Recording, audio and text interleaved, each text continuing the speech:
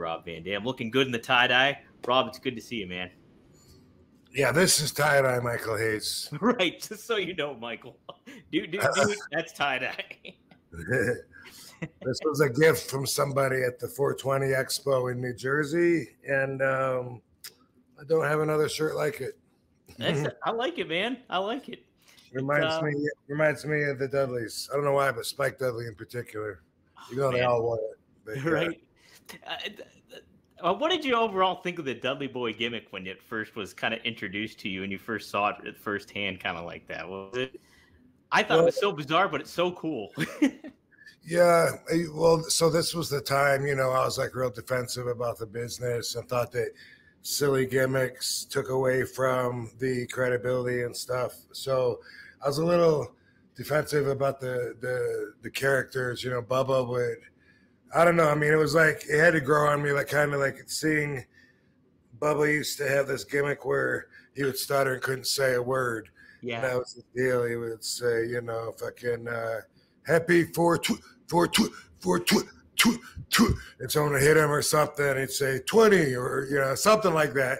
And I just back in my competitive state of mind, I would probably just roll my eyes at it or whatever. But then when somebody told me that the gimmick has like a history, and that the Dudley Boyz are all like the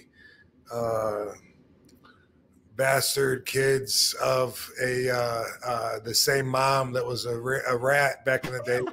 They used to fuck wrestlers, and then it kind of became funny that there was. I didn't know about. Did you know about all that? I didn't know it was a rat. That makes it better.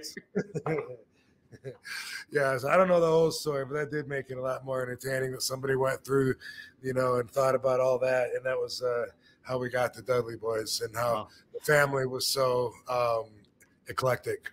Right. And I thought it was so funny and cool too. Like, obviously when you see it, it's like, oh my God, this is ridiculous.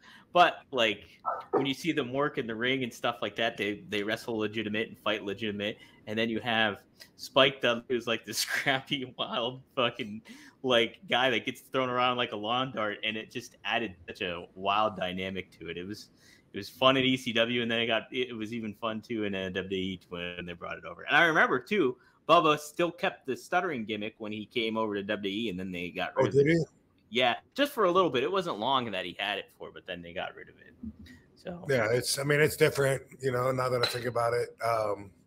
But that was, it was cool when Spike was like the outcast of the Dudley Boyz too. So they would beat the shit out of him, and beat the shit out, right?